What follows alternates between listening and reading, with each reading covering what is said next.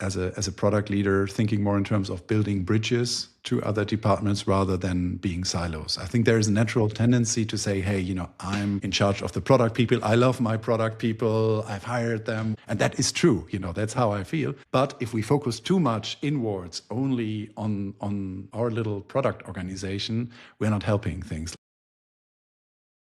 Most people who have been CPO, VP product, and conference founder talk about what worked. My guest today is more interested in what didn't. Arne Kittler has spent 12 years leading product organizations across Europe, VP product at Xing, CPO at Facelift, and co-founder of Product at Heart, a conference I totally love. Today, he works as what he calls a contextual product leader. More on that later. I wanted you to be my very first guest because you call things what they are. And I think that's important in today's time. So Arne, welcome to ProductOrg Unmasked. Thank you very much for having me, Stephanie. I'm very happy to be here in this podcast. I'm curious for our conversations because I also very much value your view on things. Let me start. Maybe you tell the listeners a bit about who you are and how you work today. Yeah, I mean, you've mentioned some cornerstones of my career already. So I'm a contextual product leader based in Hamburg, in Germany. I'm also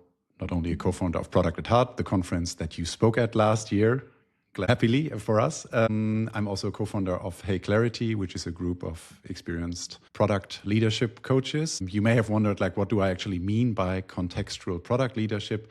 Basically, I strongly believe that whichever organization I work with, I want to start the conversation from where they are and also bring different ways of supporting them. So right now, I'm, for instance, doing an interim product leadership role. Every organization is different, and I want to bring the experiences that I've built over the years and apply whatever helps. So that's what I mean by contextual product leadership. The other angle of contextual is also that I don't believe in prescribed answers. So I know there are also some people who, if you book them, they come in and they apply their method X by the book they have written, and you know what you get, which is what some organizations like because it gives them security. They know what to expect and they get exactly that. But often I think organizations have difficulties verbalizing exactly what they need. So I want to come in and help to identify what is actually going on in that context and what can we do. And then I will apply different kinds of things that are hopefully helpful. I love that. When you shared the phrasing of a contextual leader, it immediately clicked for me because that's also one of the reasons why I'm having that podcast. It's about ProductOrg Unmasked, and my hypothesis is that we're often chasing the perfect framework and we're trying to do the perfect discovery and the perfect data-informed decision-making.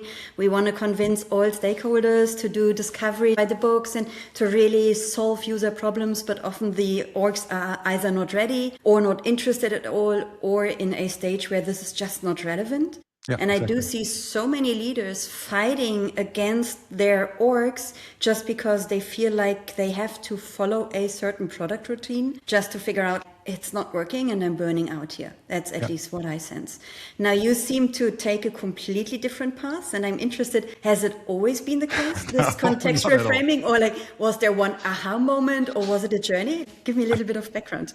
Yeah, no, I think it was a journey. I mean, how you just described things, the idealistic product leader fighting for the perfect way of doing product. I've been there. We are both, true believers in good things that we read about, but I think we both have also learned that the realities are sometimes different. And as you said, not everything that you read in the books, in the blogs, that you hear from opinion leaders, or that we, may have as our core beliefs, not all of that is always relevant in an organization. So I've been, also heavy on the what Fabrice de Mazerie calls a product-splaining side. So, trying to teach the rest of the organizations proper product vocabulary, proper product frameworks, and so on. And frankly, they don't care. That's part of the journey. I now accept that they don't care. And I think it's on me if I want to make myself understood. If I want to convince the head of sales or head of customer success that I put myself in their shoes and try, I may still have my mental models in mind, but I don't have to explain them the decision stack or the opportunity solution tree or whatever framework I may be in love with. I need to convey it in a way that helps them understand, okay, how is this helping me in my role as head of customer success, head of sales or whatever, and only then can I have a good and fruitful relationship with them. And that has been the major shift. The other thing is just to also accept that there are different phases in an organization and maybe also different phases in an overall economy. There is not room for all the great stuff we could do at all times. I frankly think that I've seen much more romantic, perfect times where there was much more room, for long-term product thinking, for long-term skill building of the organization, spending big offsites to educate people and so on. Of course, that was nice, but that's just not the economic reality these days. And in all the organizations that I'm seeing, like it's I don't also the organizations where I experienced those things have changed since. So this is just over. And this is not necessarily bad. Like when I'm looking back, initially I needed to recalibrate myself a little bit, saying, why can we not just have, big budget for a community of practice building and so on? But maybe it's also totally okay to face the reality. In the end, we are called product managers. So there are economics in our roles, and we should be really taking economic responsibilities. And if the realities are harsh, we need to adapt. And that's not necessarily bad. Yeah. Oh my gosh, you see me nodding all the time. Yeah. For so many reasons.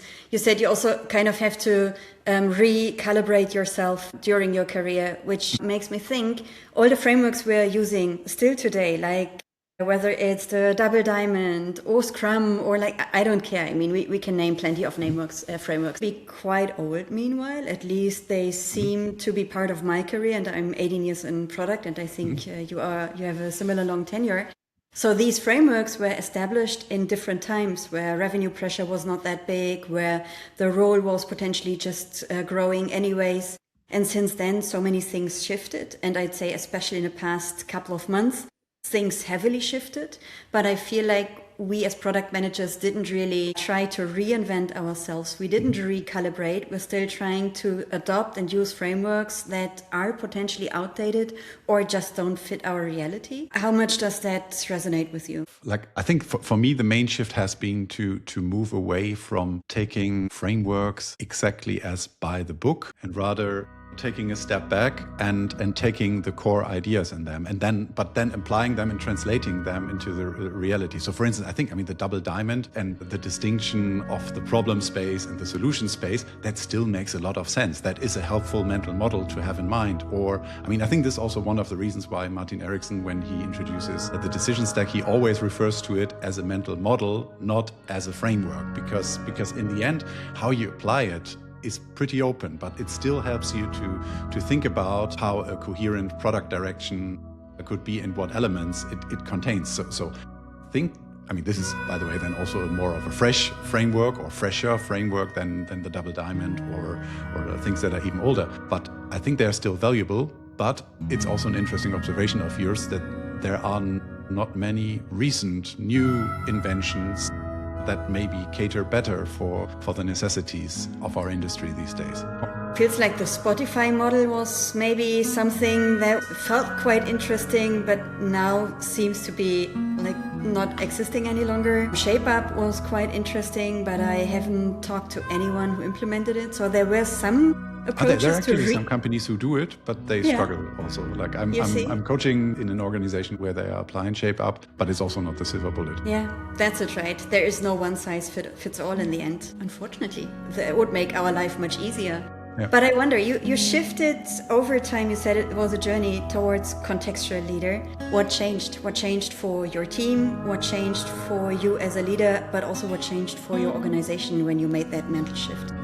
That's a good question. One aspect that has probably changed is that I'm very aware that I need to guide by giving context. And that was also true before, but if you don't want to be too prescriptive and too strict, and at the same time still give people orientation and make them follow you, I think then it's super valuable if you bring them along. And this is something that in the busy days that we have as product leaders, we always need to remind ourselves to say, okay, let's not just tell the people what our thinking is or what a certain decision is or what a certain priority is for us, but let's always take them along and give them the context that we may have, because as leaders we have access to different types of information, or we just may have different or a longer experience than them, and let's share why we have come to a certain decision. And I think that's one way how this will show. And one thing that I do see in my own career, but also in my coachings, is that many product leaders, when they start that career,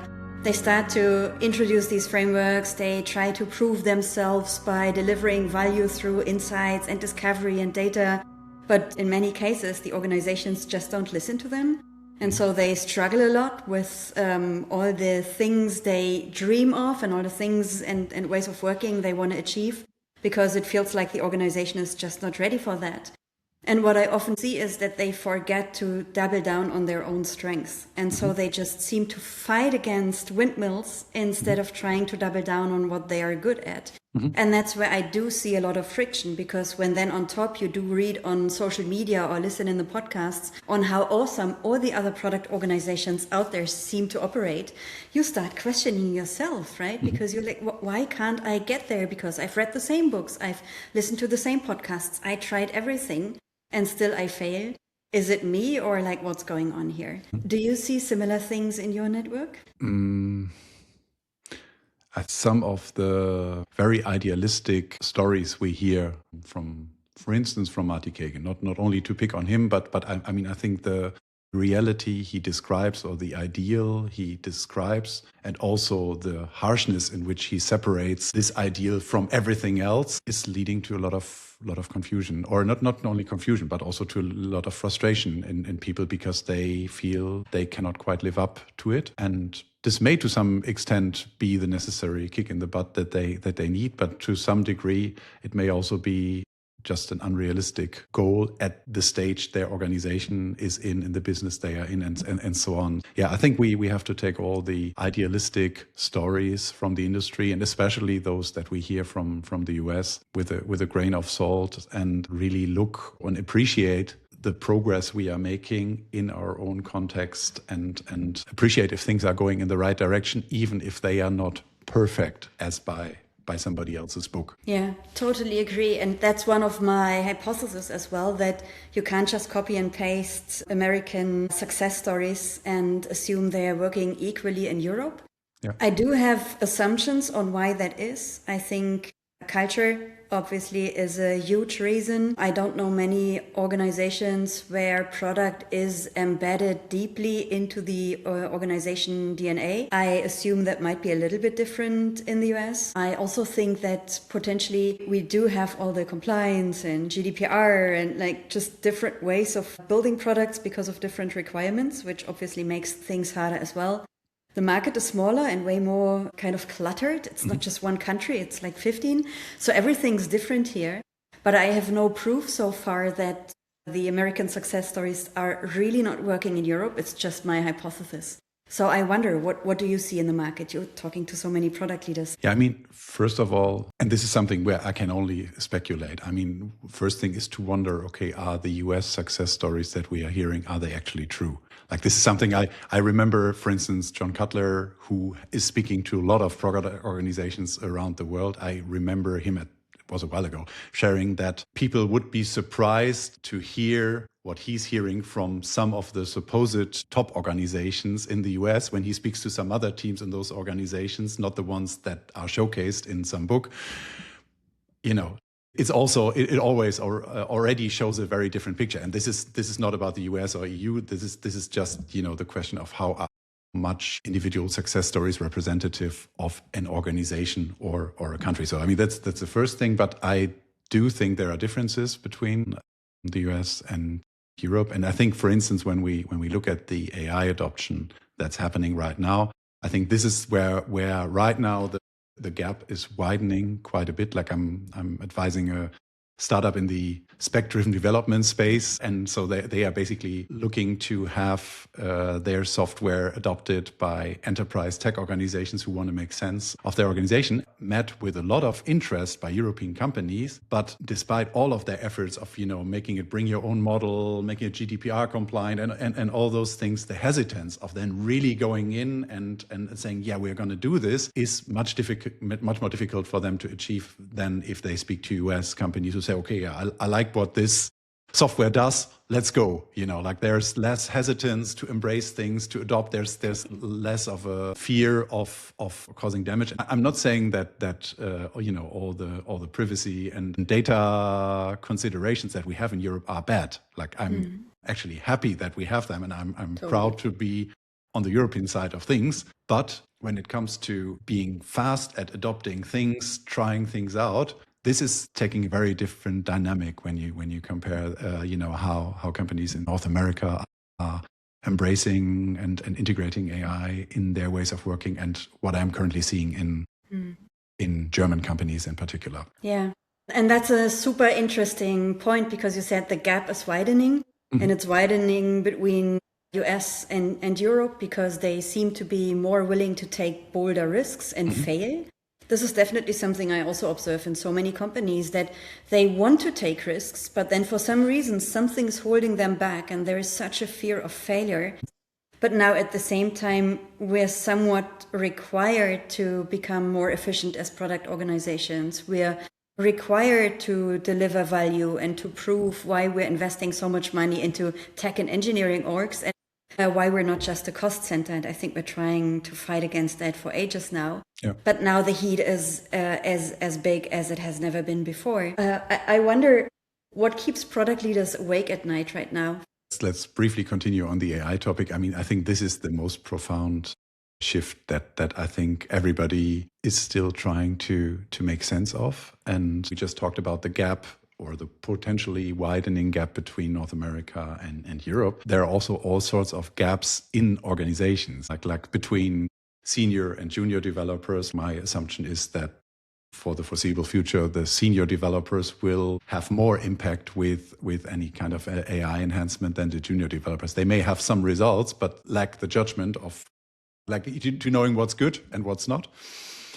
But then there's also, the difference. That's what I'm seeing, for instance, in the organizations where I'm doing the interim role right now. There are some people who are really pioneers. They embrace everything. They spend all of their free time doing stuff on code and on Lovable and tools like that. And then there are just regular product people in the organizations who also understand the importance, who also try stuff out, but they are not that all in. And this is also a sort of gap that is widening. And as a product leader, I think it's quite challenging to say, okay, how do we create an environment where we have those pioneers and they can run ahead and pull the whole organizations with them? So how do we avoid them running into roadblocks all the time?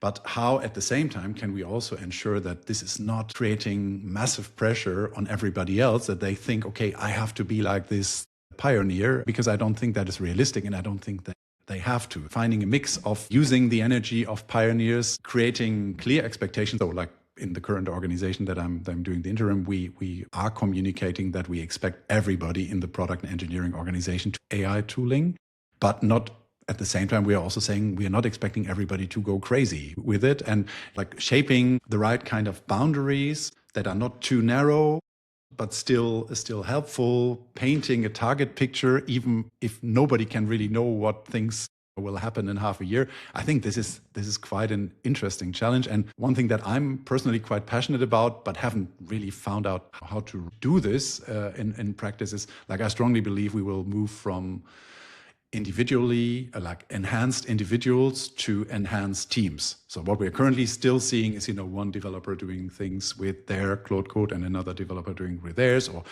PMs doing certain things with their various tools that they have. But in the end, it's a team sport. And how do we bring that together? How do we make sure that the complete value chain in the team is supported? We are also trying. We have some working groups where we try to go establish positive examples of how design and product and development can work together, how without the classical handovers things work, how we observe how the bottlenecks are shifting. So now it's QA, for instance, because we get stuff ready for release all the time. But who's going to review the stuff? And all of those challenges right now. I think this is exciting, but because there's so much we cannot know yet, and which we have to learn. I think this is definitely something that is occupying a lot of mind space from product leaders. And as you mentioned, like I organize a conference and we have an upcoming leadership event where there are also some multi-track parts where the leaders can select which topics they want to look in. And it's no surprise that the tracks about, okay, how to integrate AI in your organizations are the ones that are most demanded. So yeah, I don't know. How does this fit with your reality? I do see similar things. And I feel like while we're talking, but also when you're listening to certain people talking about how they implemented AI, that sounds super easy. Like just throw things into Claude and then put some agents on top of it and things will work, right? And it does. Like the thing I'm building with my husband right now, we're working like this. We're AI native and I can totally see this working out. But I mean, we start from scratch. So there is no existing context. We can be greenfield. Exactly. But the thing we're facing is that most product leaders, and I feel like European, again, is quite special here, still hire product owners. They still struggle to implement standard processes. They still struggle to convince their sales team that like diving deeper into customer problems is really a thing. They still don't have cleaned up data, so they are flying blind just because the dashboards are a complete mess, right? So the reality they are facing since years and which ones they are fighting against, this reality hasn't changed. But now on top, there is this AI pressure and the pure knowledge that it is possible to build software using agents. It is possible to become way more efficient and build better software, or gain more insights, or speed up discovery, or get better data.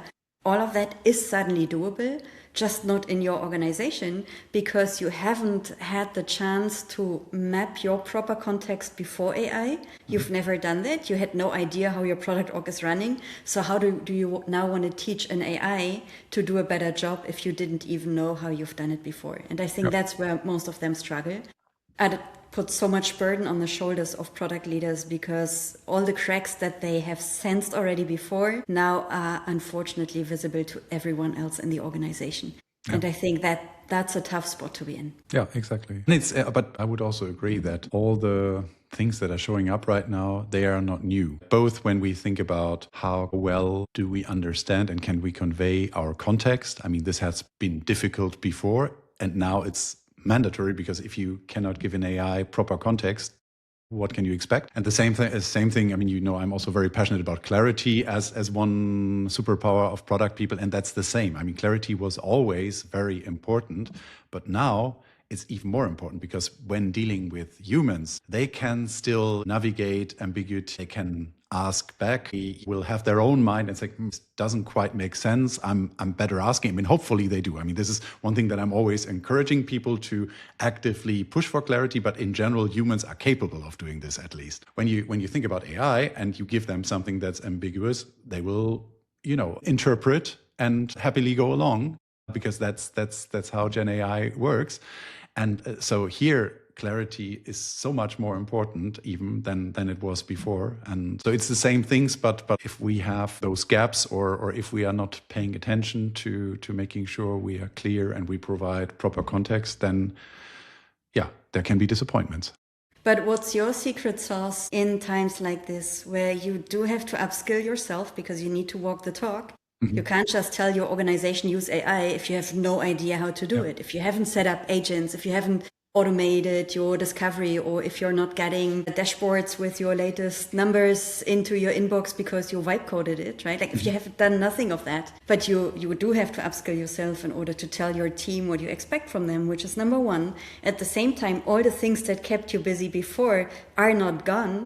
They just are like potentially even twice as challenging now because your CEO suddenly vibe codes as well, or your sales team starts vibe coding a feature and going to a sales presentation saying like, look, this is how it might look like. They haven't even involved product. So all of that comes on top, but your week was busy before. So how do you prioritize and how do you make sure that you are a strong leader for your PMs and show your organization that they can still trust you even in these crazy times. Yeah, you've very well described a field of tension. Yes, I think, one of the tricky things, not just for leaders, for everybody right now, is to find out how do you immerse yourself and really get your hands dirty enough to know what you're talking about without feeling the pressure of doing everything and trying out every model immediately and so on. So the way I'm doing it for myself is that I'm always trying to take a little step back and think about what are the bigger patterns that I'm seeing. I've just mentioned this shift from individual enhancement to collective enhancement. And when you have those patterns in mind, you can then observe the things and like which Claude model is exactly used to achieve that. And if one is better or the other, this is stuff, for instance, that I happily ignore. And if I need to know, I know where to find that information. So I'm not obsessing about those things or about being the first to try out some new thing at all times, but rather taking a step back. But I think this is not a hands-off time. Like this, we all need to do things. I must admit, I haven't gone as far as you have. Like I haven't built a full product with AI. This is something, I have some ideas in mind, but haven't taken the time yet. So I think this is definitely also something that's helpful. But at the same time, we also have to be mindful of doing something greenfield is just a very different reality of applying all of this stuff in a heavily regulated business. I mean, for instance, this company that I'm doing the interim role with, they're in the e-mobility space where it's a lot about connecting different players in a highly fragmented market. This is the opposite of a greenfield. Like there is so much stuff that is there. A lot of stuff is shifting and that's just a very different reality to apply AI in than if you have a great idea with a nicely shaped value proposition and you go all in. We both agree it's the most exciting and for me, honestly, also the most challenging time to be a product leader in the age of AI right now. What's the change in the way you lead products today compared to 2 to 3 years ago? I mean, I think for me, the biggest change, to be honest, is that, I used to be an employed product leader full-time or usually more than full-time. And now I'm having an interim part-time role. And that's a complete different context. So it's the interim. Basically, I have to make conscious decisions on which things I cannot only start, but also can close or can take to a result during my temporary stand with that company, but it's also part-time. So also some of the things where in the past I would have said, okay, I understand it's important that I take an extra hour now to speak to either a team member or to speak to some other leader of sales, of CS and so on. I just don't have the time to always do that. So it's very difficult to prioritize. I'm not saying that, it's clearly possible but for me personally, it's a new experience and I'm getting luckily better and better in setting priorities and also saying no even to things that I think, okay, probably would be better if I now had that extra conversation, but sometimes I just cannot have it. And then, I need to find ways of dealing with that. Yeah, interesting. So what's the one thing you definitely would not skip no matter what? Spending enough time with your team members. I used to have a very strict one-to-one regime. Right now in the interim role, I noticed that I have more frequent conversations with some and less frequent conversations with other, but I certainly make time to have conversations with them because that's in the end where everything we spoke about before, making sure that there is clarity, the team leads on my team understand the context, helping them navigate the organization. I think this is where I have the most leverage. Like if the team leads that I'm managing, if they are in a good place and have what they need, then I'm scaling myself well. Yeah. Okay, so there's no digital Arne twin yet who's doing all the one-on-ones and then later updating everyone. No, the one-on-ones are not about the digital Arne lecturing something. We again in the contextual thing. To be able to navigate context, it has to be a responsive thing. So actually in the one-on-ones, I'm listening and only then I can respond. And who knows what's happening in 3 years? Maybe then there are solutions that really do that well. But right now, this is not something that I want to delegate because I see this as a core part of my role and also part where I trust myself more than I trust technology. So there are things that change rapidly and there are things that are not changing. And the human in the lead is extremely important, maybe even more important in today's time than it has ever been before. Yeah, exactly. I do have one last question.